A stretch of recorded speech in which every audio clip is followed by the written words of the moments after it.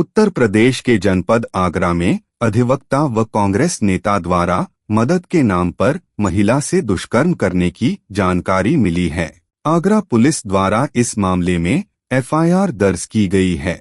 इस मामले में आरोपित की तलाश में शाहगंज पुलिस ने संभावित स्थानों पर दबिश दी है, लेकिन वह हाथ नहीं आया है। वहीं इंटरनेट मीडिया पर आरोपित और पीड़िता का निकाहनामा प्रसारित भी हुआ था। पीड़िता द्वारा इस निकाहनामे को फर्जी बताया गया है। अधिवक्ता से पीड़िता ने खुद को और परिवार को जान से मारने का खतरा बताया है। शाहगंज थाने में महिला ने नाई की मंडी में रहने वाले जलालुद्दीन के खिलाफ दुष्कर्म का मुकदमा दर्ज कराया है।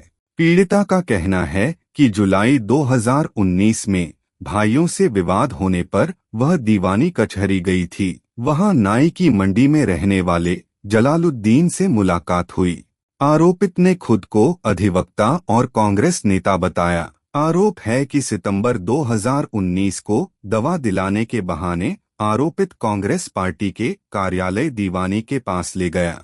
वहां हथियार के दम पर पीड़िता से दुष्कर्म किया।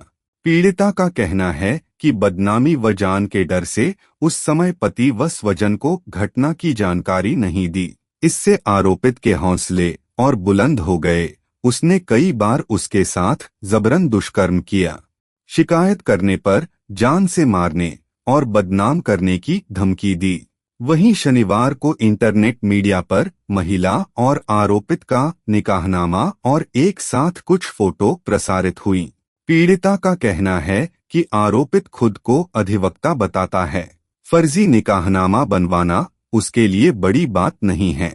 वह अपराधी प्रवृत्ति का है। उसके खिलाफ कई मुकदमे पहले से दर्ज हैं। ऐसे में उसे व उसके परिवार को जान का खतरा है।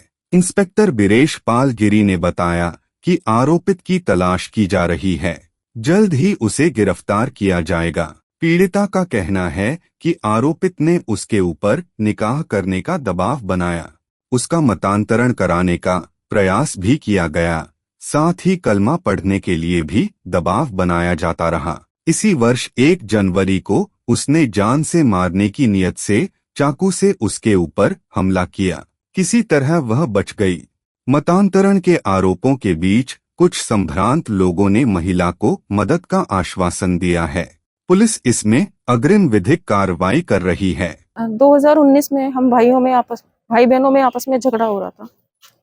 झगड़े के लिए मैं दीवानी कलेक्ट्री गई। वहां मेरी मुलाकात जलालुद्दीन से हुई। मैंने जो भी घर की स्थिति थी सारी उनको बताई। उसने मुझे विश्वास में लिया और ये कहा कि हम तुम्हारी पूरी मदद करेंगे।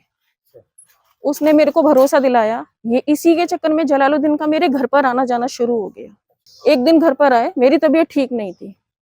उसके लिए उन्होंने इतनी हमदर्दी बताई कि वो मुझे बोले चलो मैं तुम्हें दवाई दिलवा के लेके आता हूँ। मैंने उन्हें मना किया कि इतनी तबीयत खराब नहीं है, लेकिन उसके बाद भी वो मुझे लेके जाते हैं। वो मुझे कलेक्ट्री से पहले कांग्रेस कार्यालय है वहां लेकर जाते हैं। वहां उन्होंने मुझे पिस्तौल दिखाई और मेरे साथ इन्होंने गलत काम किया। और करने के बाद में ये बोलते हैं ये तू किसी को भी मत बोलना, मैं तेरे को जहां रहती है वहां तुझे बदनाम कर दूंगा, क्योंकि मैं एक वकील हूँ और मेरी बहुत बड़े बड़े लोगों से पहचान है।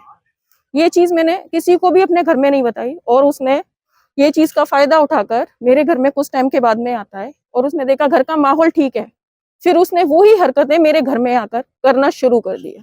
हम लोग खुद ही अपने घर में इससे बचने के लिए अपने घर को लॉक रखते थे, बाहर से ताला लगा के रखते थे। ये जोर जोर से आता था, कुंडियां पीटता था।